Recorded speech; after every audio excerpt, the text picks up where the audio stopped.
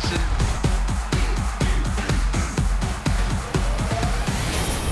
It's time for Watchpoint. Welcome to MLG's Watchpoint. Bren here. I'm going to be filling in for Uber alongside the wonderful, majestic Monty and Mr. X. The hell are you doing here? I don't know. I just wish he was on preview. That way my prediction score would look a lot better. How many times have you predicted the Shanghai Dragons Monty, now? I have a 100% prediction win rate so far. I feel like Bren has every broadcast he has a Shanghai Dragons jersey underneath his actual clothes that he's wearing for the day. Nothing ever happens. You know, I got burned by predicting Shanghai once against Florida in Stage 3. Again. Never again. Their Never first win, again. 2019. I can believe that. That's one. true, Trust me, actually. The amount of times I've been predicting them, it's been harsh on my mental psyche, but we won't go into that one. Yeah, well, you know, it wasn't a particularly interesting week for the Shanghai Dragons. It was one of the most interesting weeks of the year in the Overwatch League. So let's start our recap with the biggest stories from week 4 in 90 seconds. In the Overwatch League's penultimate week, the once pixelated playoff picture gained some much-needed resolution. Oh, look beautiful! You can't ask for much more than that. The Valiant's 2-0 week earned them the Pacific Division crown and a first-round bye in the playoffs. Momentum now on the side of these guys, and they're going to make it all the way through. While the Valiant's Los Angeles brethren completed 2 of the most epic reverse sweeps of the season, downing both the NYXL and Spitfire in stunning fashion to bolster the Gladiators' postseason dreams. Gladiators come back with a big reverse sweep. That is going to be massive for their playoff hopes. The Fusion pulled off 2 huge comebacks of their own. That's all she wrote. The Philly Fusion rise up. Beating the Shock and the Dynasty to grab a hold of their own playoff destiny entering Week 5. This is a momentum team. You got to start winning stuff like this. The Houston Outlaws started strong, winning the final Lone Star Showdown 3-1. That was beautiful by Houston. Before falling to the Valiant 4-0. An uneven week that leaves Jake and the boys on the brink of playoff elimination. And Boston finally got back to their Stage 3 win. Boston's still in the playoffs, their first win here in Stage 4. Clinching a spot in the playoffs with convincing victories over the Dynasty and the Dragons. Oh dear, special delivery, family. Back to the board, wipe it clean.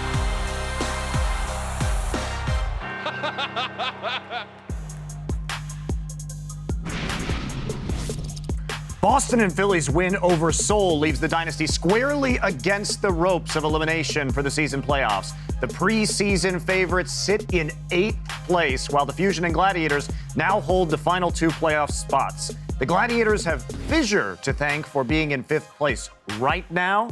And again, we've talked about it before, possible MVP contender. Is he up at that Jonak level? Is he up maybe even at Carpe's level?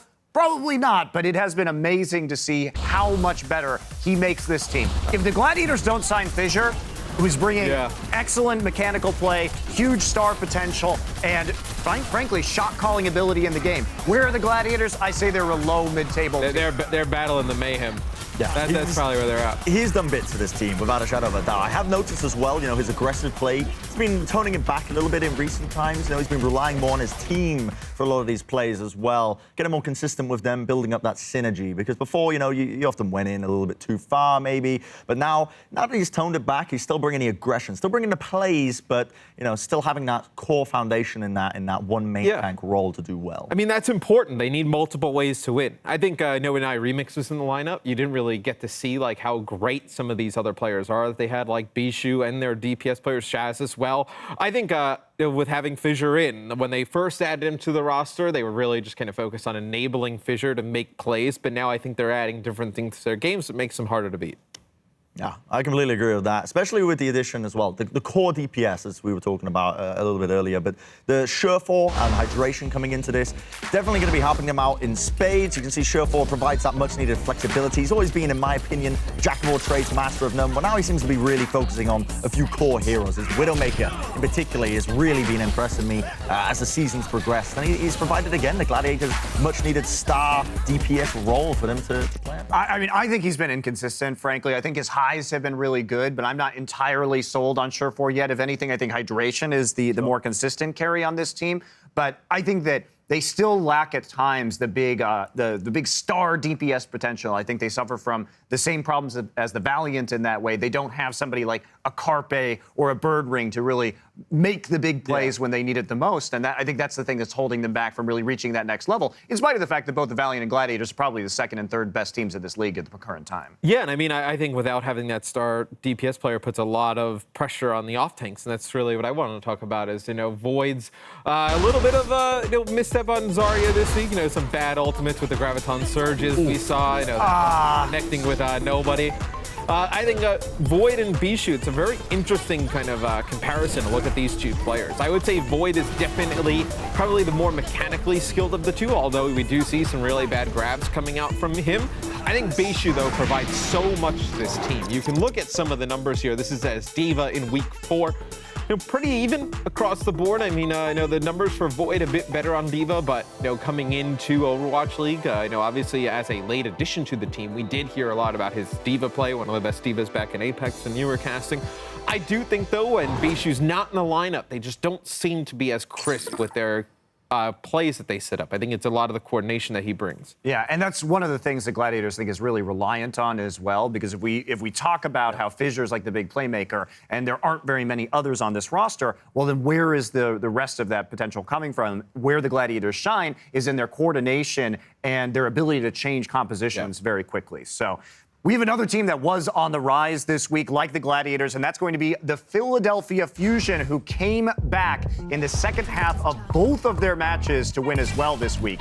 And if the Gladiators can thank Fissure, then the Fusion, of course, can thank Carpe. Give this guy some more water because he is hard carrying the Fusion. We see them going down in a couple of maps early on, but he just turns it on in the second half of this series. And look at this. Maps 1 to 2 compared to his statistics, maps 3 to 5. Particularly look at the final blows per 10 minutes, doubling, and solo eliminations per 10 minutes, more than tripling after halftime. That is ridiculous. And he is the reason the Philadelphia Fusion are still hot in this playoff race. Absolutely. I'm not going to disagree with you there, Monty. I'm not going to disagree with you at all. I think Carpe is a fantastic player, but I gotta give a shout out to EQO in particular, because this guy, he took a quick little break from the game for a short while. They've recently reintroduced him again into this squad, and he adds, again, that flexible DPS position, and it's setting up Fusion now for their win conditions, for their success, because there's only so much one man in the form of Carpe can do. But when you have two DPS players that are playing as well and on top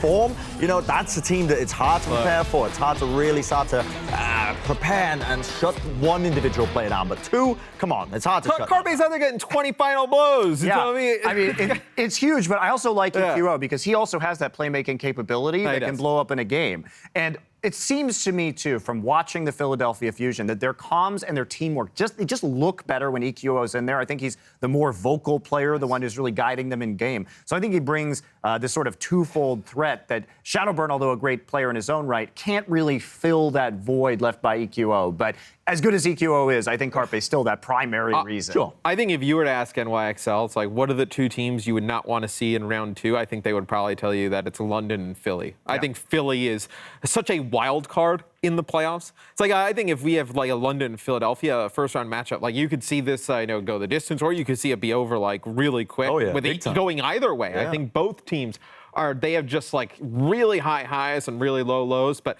I think that's a second round matchup that nobody wants in terms of a placing, right? The Philadelphia Fusion come in and beat anybody. I mean, yeah, that's the scary thing about Philly and London. The ceiling is so high on these teams, and it's not like a theoretical ceiling. We've actually seen it over the course of the season. They've just been unable to sustain their play at that level. All it takes is Carpe to come in for 2 days and play Widowmaker at a high level, and you're in a really difficult spot, which he does more often than not. Another team that desperately needed a 2-0 week was the Boston Uprising. It was really good news for a team that moved Striker to their full-time Widowmaker this stage, and it's finally looking like a coordinated attack around him. I feel like mechanically, his Widowmaker has always been there. I feel like, though, they're starting to play around it much better. Playing it a little bit like his Tracer, very aggressive, very sneaky. He's putting himself in very good positions on the Widowmaker. You can see his stats from weeks 1 to 3 to week 4. Not as much damage, but you're seeing the eliminations higher, final blows higher, less deaths, the critical hit accuracy still there. I think this is more of a product of the whole team playing around him better as opposed to just Striker's individual play. I also think him positioning better on the Widowmaker, right? It must have been a learning curve. And like you said, looking at the critical hit percentage of the damage, it's not really like his mechanical abilities have changed, but he is being more effective with the Widowmaker now, and I think that's a big part of Boston's improvement. Yeah, it seems like you could also kind of draw from that is that the same crit hit accuracy with less damage is probably now he's focusing more on other DPS or supports instead of just kind of pounding tanks with the damage on the Widowmaker, which also results in the more final blows. Yeah, absolutely. So one thing I've been impressed with Boston in particular is the fact that they've started to now come back a little bit when it comes to their coordination. I want to take a look at my little insights powered by Intel that I did the other day on the desk. It was Boston Uprising playing against Shanghai Dragons. And, a lot of coordination needed here. Yeah, a lot of information. But I just love this sort of strategy. It shows that Boston Uprising are now starting to employ some of the same play styles that they were in Stage 3 when they were my favorite team to watch in the league. And you can see my beautiful arrow drawings, I'm an artist at heart, I really am. What do they mean, Bryn? They mean that they're going to be starting to play the point, they're going to be pulling Shanghai Dragons to the point, and they're going to be setting up this attack and just pouncing on them, a pincer maneuver, and it's just beautiful to see. And this is why Boston were my favorite team to watch in Stage 3. They were so good at setting up these individual plays, and now it seems like they're just jumping back into it. Now, admittedly, it was against the Shanghai Dragons, not the hardest opponent in the world. I can see Monty's screwing up his face already at the fact that I'm even uttering these words, but still, I now have hope for Boston. Before, I did not. No. It's not what you're saying. I think Boston executed it well. I think you're absolutely right. It's just I'm watching the Shanghai Dragons play and notice D-mech'd, and somehow they let their Widowmaker die to a dive instead of just putting the Brigitte right next to them. Yeah, I mean, the best part about that is that Shanghai actually has no opportunity to stay up on the high ground because they have nobody who can contest the point because they're not playing a diva in that situation. So they literally just have to move everybody to the point as soon as somebody touches. And then they just leave their Widow alone. You know what I mean? Anyway. Boston was great in that clip, though. Boston absolutely played that correctly, But whilst we are on the topic of disappointment, let's talk about the Houston Outlaws, because this team is so frustrating to watch. The main reason for me, I feel like, is the inconsistency of Linksa, right? This guy can perform incredibly well on a regular basis and just really perform up to the high standard we know he can, but then there's other days where he just doesn't show up at all in the game. And it feels like Houston, because they rely so much on Linksa as a star DPS player, when he's not having a great game, they start to just really struggle and fall to pieces almost. I feel like it's not entirely Linksa's fault in that they've kind of spread him too thin in like the heroes that he has to play. Like, I mean, remember like they were trying to play him on Tracer for a while, then he's back to playing the Widowmaker all the time. We know he can play Genji. We've seen him play so many different heroes that he hasn't had the opportunity of a guy like, let's say, Surefour, right, to just focus on the Widow and just play the Widow all the time. We know how talented he was as a Widowmaker coming in. We've kind of seen his play go up and down, I think, because he's been spread a little bit too thin on the heroes he has to play. Well, and he has been getting some help at DPS because now Arhan is in the lineup for this team. This is giving them a Genji and Tracer threat that I think that the Houston Outlaws really lacked before, as well as, he's been performing on other heroes like Hanzo, as you can see here. So even though, let's just put it this way, in Apex, I was not Arhan's #1 fan. I actually think this has been a really good look for the team, and they have some more dimension to their play. And at an individual level, Arhan is slotting in well. So at least there's some hope for the future. Just, I think, needs more time to gel with the rest of the roster. Yeah, I mean, we knew he was a talented player. I think a lot of us were just wondering what he was going to play in terms of his heroes. But I think you've seen him slot in nicely. So many teams had their backs against the wall this week, which made for some great individual playmaking. A lot of the plays that we didn't see coming, we'll take a look at them now. Sticking with Arhan, Monty's favorite player. Here's a Genji 3K. This is a sick play. That was amazing. You see the deflect there. I love that we're seeing more Genji gameplay as well. Despite the fact that Brigitte is coming in, people were a bit scared, but no, Arhan's still showing that it's capable. You're more than capable of turning up when needed. When there's no Brigitte, it's easy, right? It's a lot easier, and I love this play. We're seeing a lot more Doomfist these days, which is exciting because he's one of the most fun heroes to watch. Jake was hiding behind the point, and then it just punishes OG, punches him straight off the map. Beautiful Doomfist setup.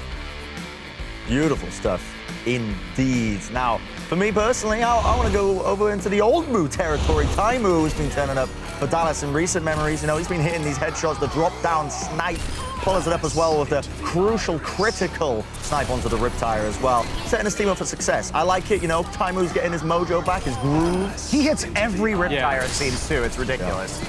We can take a look at the next play. It'll be heart-based grab, sets up EQO's Rocket Barrage for the 4K.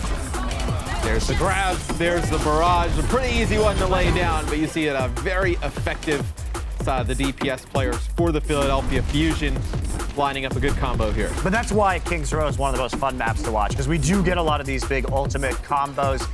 But we had a little bit of an interesting play here from Zunba, who, this is just such a picture-perfect self-destruct. I love this. I mean, he manages to get it just in line of sight of the wall, making sure that it's not going to be safe there for Aim God or Gamsu, and that's going to help Solo out a lot. Yeah, well, we're on the topic of tanks, and Fearless is coming up. We all know how big of a fan I am of the Shanghai Dragons. This is one of the reasons why. Like, Fearless making these big plays, these big earth shatters. This was sick, though. Set them up, and I just remember the crowd chanting, the Dragoons. This is when we thought they were going to be doing it. Not quite against the Boston Uprising, a bit too good on that regard. But Fearless, sick plays from him. It's a really nice search out there from Fearless, but I want to go with Free Field, the sick body block to save Otto. See the shatter come down here from Awesome Guy, and there is Free Field taking the hit. Gregory finishes it off as Free Field with a good transcendency. Had to put that, didn't see it coming. Well, we have to take the good free field plays on the rarity that we get them, right? And take a look at Soon now. Sniping Bird Ring from behind, as we see using that infrasight to go ahead and come up with a flank, and then agilities. Just go ahead and spawn camp this with a rip tire. Poor Nuss. There's absolutely nothing he can do about that.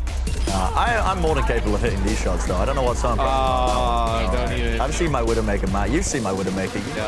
Shameless plug for the Brentwood. Of course. But Custer, this guy, the cojones on him to make a play like this, pulling out the pistol on the Mercy, the Valk on top, setting himself up with a double kill for his team, just to win this point out. Incredible game sense required to really just go for a highly aggressive play like that. Doing his best Neptuno impression, if you like. Yeah, and the next one we got is from Trioven. It'll be a self-destruct. Goes right into the shatter. You see Super there laying the bigger shatter. Self-destruct. All the bodies on the floor. Nothing you can do about that. It's going to be a 3K. More combos. Kings Row always delivers. And Choi's your boy for this one with that self-destruct. We're going to take a look at Sure4, getting the big high noon, the Deadeye onto Mercy, and then cleaning up the points en route to a Gladiators win over the NYXL. He's going to go ahead and get all these nice little headshots. Good flashbanging at the end there, then a long-range kill to cap it off. It's a huge week for the Gladiators. Sure4 played great for them all week. And something else that we didn't see coming this week were the 2 reverse sweeps by the Los Angeles Gladiators. Our cameras followed them through week 4 as LA was able to put their shields up high to keep their playoff hopes alive. This week, 2 really tough opponents is pretty scary in terms of just like strength of schedule. So playoffs are impending, right? The end of the season is coming. The LA Gladiators are getting ready to take on the New York Excelsior. If the LA Gladiators lose right now to New York, this Pacific Division title and that spot in the semifinals will go to the Valiant. 아이길에서 자탄을 너무 못 써서 That was the loss for the Gladiators. Void, head in his hands right there. 그 세트를 내준 게 확실합니다, 제 생각에는. We'll see if things get a little bit better in map number 2. 세베비 선수가 굉장히 도는 플레이를 많이 해가지고 슈퍼 플레이를 굉장히 많이 보여줬는데 That is 2 maps in a row that the Gladiators have given up. 하프타임 때는 제가 그때 1세트 때 너무 못해가지고 멘탈이 많이 나가 있는 상태여서 저희 코치분들이 최대한 멘탈을 가다듬어주고 I feel like we have like seeds of doubt again. Don't ever doubt that we're gonna win. Don't worry about the result. We're playing well. We can play better. We can play better. The road to redemption starts here for that reverse sweep. 3라운드 이후로 저희가 이길 수 있었던 거는 딱 2가지라고 생각해요. 첫 번째로 이제 저희가 이길 수 있다는 희망이 생겼고, 두 번째로는 그 희망 때문에 아무도 포기하지 않았던 것 같아요. And that is going to put the exclamation point on the end of this sentence. Gladiators are going to win Lijiang Tower. 지브롤터에서 파인 선수가 그냥 하이드레이션 게임 피지컬인 것 같아요. 스킬로 상대팀을 부순다는 느낌이었어요. And the Gladiators will win Gibraltar and tie up this series. 저희가 이번 스테이지 4 때 뉴욕 상대로 역습을 했는데 스테이지 3 때 저희가 2대 0을 앞선 상황에서 역습을 당했단 말이에요, 역으로. 근데 제가 지금 할 수 있는 말은 딱 그거였어요. 스테이지 3 때 저희를 역습했던 유혹이 느꼈던 그 느낌을 저희도 지금 느끼고 있습니다. Gladiators come back with a big reverse sweep. That is going to be massive for their playoff hopes. 런던전을 준비하는 거는 팀원들하고 코치분들하고 되게 잘 얘기를 해서 준비 중인 것 같습니다. We got a huge battle going down between the Gladiators as they take on the Spitfire. For the first two maps, they had a complete pace of the game. It just seemed like we were playing completely reactive to what they do. London Spitfire will pick up the first map in this series. It's too little too late. London Spitfire take the lead in this series 2-0. I mean, as far as this match is concerned right now, things are not on board for Los Angeles Gladiators. You know, it's just a lot of making sure your mind doesn't get guttered out after like losses. I mean, the match isn't over. We didn't position ourselves to commit to the tank fight, so we all need to do that more. Those like mid-game adjustments, I think, help a lot. Yes, there it is, Fury. That's why you don't play in traffic. Los Angeles Gladiators running it back, taking it 2-1. Oh, what a shot from Hydration. This set is delivering. We expected a close one, and we are getting just that. Why not? Let's go to a map number 5. Los Angeles Gladiators, they're on the edge. Los Angeles Gladiators beat the London Spitfire and take the set in a nail-biter.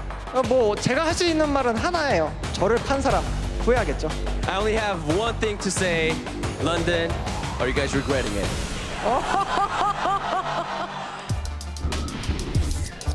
Hydration has been performing at a high level on many heroes in the past few weeks. In week 4, he was a top 5 Brigitte in damage, final blows, inspire uptime percentage, and armor provided. Hydration was clutch in both Gladiators' reverse sweeps.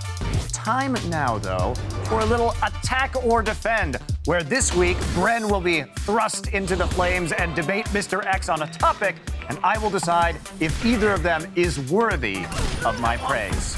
We'll begin with the first team the Gladiators reverse swept in week 4, the NYXL. Sebilby has been playing a lot of Widowmaker this stage, and though Pine is a fan favorite, and one of my favorites too, one of everyone's favorites, the numbers don't exactly favor the big boss when we look at the head-to-head. Sebilby has the edge in hero damage and elims per 10, and he dies the least in the league on Widowmaker this stage. Pine does have the slight edge on final blows and gets more solo kills, but the point is this. The NYXL should exclusively play Sebilby on Widowmaker moving forward.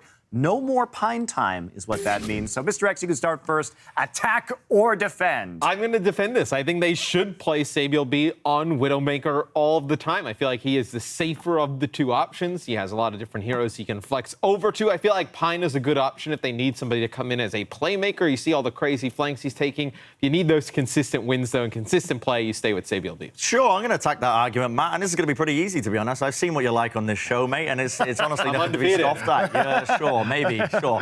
I'm going to be attacking this argument. Pine, he adds that sort of unorthodox level, that play on Widowmaker that you really need to succeed in these games, because you put Sebilby in, he gets, consistent, sure, he's a good Widowmaker player, but what happens when teams prepare for him too much? What happens then? Pine, you shove him in, explosive, he knows what he's doing, you're done. Do you like Pine flanking on Gibraltar against Valiant 3 times in a row in the same spot? Right now, for the moment, when they're just looking at consistent standard play, I'm going to have to agree with Mr. X, because save Pine for the playoffs. I agree, you want that explosive edge, but I think you save Pine as your wild card for the playoffs. Yeah. Right now, you just run Sebilby. You bring him in on control, let him dominate games, exactly. Let him crush faces. Yeah. Exactly. We'll move on, though. Next topic, the Philadelphia Fusion. We're starting to see some less efficient performances from the newer tank duo of Sato and Hotpot. So we wanted to check back on the numbers versus the original duo of Fraggy and Poco. Fraggy leads the league in hero damage and elims on Reinhardt, and while he does die more than Sato, it's not as big of a gap as we might have thought. Sato leads in some categories, but remember, the Fusion are running these as exclusive tank duos, either Sato and Hotpot or Fraggy and Poco. So when you look at Poco versus Hotpot on Diva, Poco has a clear edge, not surprising, in most offensive categories, and he leads the league in elims per 10 this season. Again, we see the Hotpot deaths are lower, but our point will be the Fusion should reintegrate Fraggy and Poco into the lineup rather than exclusively sticking with Sato and Hotpot. Bren, you can go. Attack or defend? I'm going to defend this point, Monty. I feel like, again, it's that added edge. When teams are going to be preparing mainly for the side of Sato and Hotpot, right, it becomes too predictable. Teams are going to be easily able to read you and, whoa, not quite over just yet. But I'm going to continue the point regardless of that. I feel like, again, you need that added edge just to really just slot it in there and have that capability that you can just throw Fraggy and Poco So you're in. saying they should put Fraggy and Poco back in? I absolutely believe they should. Oh, yeah, I'm definitely saying they should not be putting Fraggy and Poco back in the game. I feel like Sato and Hotpot gives them that Korean front line in terms of tanks, right? Carpe can communicate to them rather quickly. They can, set up plays with their main tracer player, or whether the Widowmaker, whether you want to play that and dive these opponents. I feel like it's better to have Sato. You're entitled to your opinion, Matt, but you're wrong. All right. I think, like, right now, I would love to see Fraggy on some more of these Reinhardt-specific maps because I think he is the better Rein player. But for consistency's sake, we know at the end of Stage 3 how the Philadelphia Fusion were sort of sliding downwards, and I think Sato and Hotpot have brought more consistency, if less explosive playmaking potential to that position. So for right now, when EQO is in and out of the lineup, I'm going to go with Sato and Hotpot, but I'd love to see some more Fraggy play on the Reinhardt, maybe on some specialized maps like King's Row. If you do the math, I've already won. Yeah, give Mr. X, but you're still a chance for redemption. We play, map differential is actually important here, so I feel like the new kid on the block being bullied by the... It's all right. What's going on? It's just your career at esports, man. You can get used to it after a while. This is how it begins. Okay, last one. Prior to the final battle for Texas between Houston and Dallas, Cool Mats was in hair and makeup doing Mickey's hair. The opposing Flex Tanks then posed with the same hairdo prior to facing off on stage. Mr. X, opponents hanging out, doing each other's hair before their match. Attack or defend? We're going to attack this. You're about to go compete against them. You guys like hanging back, doing each other's hair. All right. It's like, you're supposed to hate the opponent going into a match. I don't care if you guys are buddy-buddy. Like, for the match, you hate them. You guys are rivals, like Houston, Dallas. I don't get it. Oh, man, get out of here with that. I think it's okay for these guys to do what they're doing. They're doing each other's hair. They're building that team chemistry. They're on opposite teams. I don't care about that, Matt. They're already out of the overall playoffs, mate. They don't care about that. They're just building up these friendships, these long-standing love. Look at this. How can you not love Mickey? I love Mickey. You not love Mickey? I love Mickey. Okay. No, you heard it here first. Matt doesn't like Mickey. What? Okay, despite your disgusting tactics of trying to slander Matt, I'm going to give this one to you because I think this is just hilarious, and I love Cool Matt's hairstyle. I think it's fun that the players are taking these pictures before the matches. I think it's good. It's a competition. And it shows the friendliness of this league, too, with all the players being in Burbank this year. It's really cool to see these friendships develop. So we'll give that one to you, Bren. Yep. You still win, though. You still win, though, Matt. You still win. All right. All right. Coming up, I'll tell you why the Seoul Dynasty's decline is finally complete. Plus, while their season is over, Seoul did up their walkout game in Week 4. We'll assign emotes to that and some nasty spawn camping from the Dallas supports. This is Watchpoint.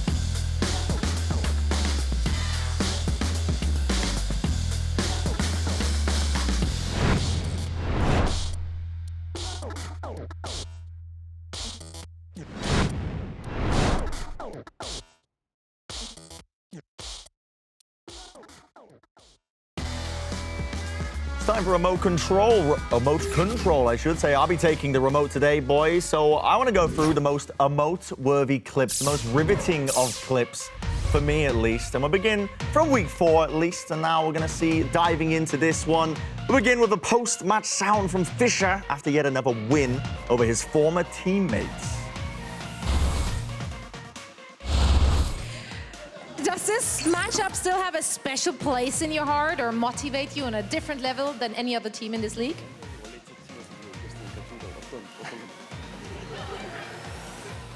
뭐 제가 할 수 있는 말은 하나예요. 저를 판 사람 후회하겠죠.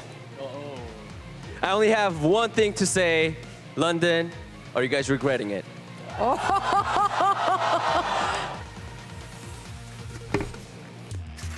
Fischer delivering the spicy banter once again between his teammates. You know, this is what I love about the man. He is a Londoner at heart, apparently, when he's coming out with quips like that. I want to hear you guys' points about it. X, let's start with you. This is hype. There's no way you can get around this. I love this. This is like a WWE storyline with Fischer still going at the London guys. I love it. I also love it. I think this is hilarious, but also I think, you can see the bitterness there a little bit from Fischer too. It was hard, I think, for London to decide between their two tanks. They had an embarrassment of riches. They went with Gesture, not necessarily the wrong choice, but I think Fischer would probably still rather be on London if given that opportunity. Wow. Next coming up, we've got Unco, Spawn Camping Jake. This is a personal favorite of mine. This is like again, you got something going on up there if you want to be making plays like this against some of these players. But he made it work, he made it work. It's not bad. It's not bad. All right, so I'm going with the what face here because I've seen the downside of this. I've seen Sideshow make this exact play, and when it goes bad, it goes real bad. And Brent knows a lot about that. I mean, it is hard to reset, obviously, on King's Row, so I think he went for the play. This is probably Jake's feeling the baby rage after that moment. I'd be pretty pissed if a Zenyatta suddenly came to my spot. Why is he even over there? He got trapped behind enemy lines, man, and he made the best of it. I think this is a really fun play. Yeah, I want to see more stuff like that in the Overwatch League, but what I don't want to see more of is Sideshow, who's our next clip. He's going to be coming up with his wheel of probability. Only the finest tools for us analysts on the desk, and it's just, the rudimentary of it. It irks me on a deeper level. This reminds me a lot of Sideshow's play that I was talking about. It's funny, but it's also really bad. And this is what it is. It's just, that's what you're going to get. You're going to get something that's just halfway done. Pretty bad. Doesn't even work. Kind of funny. Yeah, see, I'm going to give this the resident sleeper because really, there's another caster, namely me, who has brought out some much better spinner segments on esports in the past. I mean, the wheel is worse, the execution is worse. Come on, man, got to up your spinner game to hang with the best. You needed to spin it 3 times to actually complete the joke. And next we've got a bit of a Charlie Niner, and it always hurts me to see one of these. Boston Uprising this time, the culprits here on Lijiang Tower, letting it slip away against the Seoul Dynasty, and that just hurt me to watch. We see one of these a week. Like, come on. The game's about the objectives. Somebody stand on the objectives. Somebody figure it out. It's like, we're going to go every week with a C9. It's just how it is. I can't do this anymore, please. Was this even the worst one this week? Because Void stepping off the card on King's Row has to be up there as well. This is just so disappointing to watch happen. Teams cannot allow this to occur any longer. All right, well, let's move over to something a little bit more lighthearted, if you will. Seoul's walkout game being stepped up with some kicks as well. I was a big fan of this, I was shouting out the Nikes for this one. This would be a Poke champ if I had a couple of signs here. Fortunately, this is a full raucous booty. This is juicy. I love this entrance here from Seoul Dynasty. They show off the kicks on stage. They're looking good. They're celebrating good. Just can't get wins. They're not looking good. These shoes are terrible. Look at these Those are shoes, new LeBrons, bro. I don't care who markets them to you. These are just ugly shoes. Oh, you're tripping. Straight up. You're tripping. Are you showing them off? It's just embarrassing more than anything. Got to give this a solid what face. Yo, I'll take some of those. I'm sure you would. Nike, hit me and your boy Matt Rex up. Let's get a sponsorship going. Whoa, that was a remote control, though. But my goodness, I can't believe how negative you were towards that. That's sort of why should I be my surprised? life. Actually, You know me should I be personally. surprised? Have I been positive about anything ever?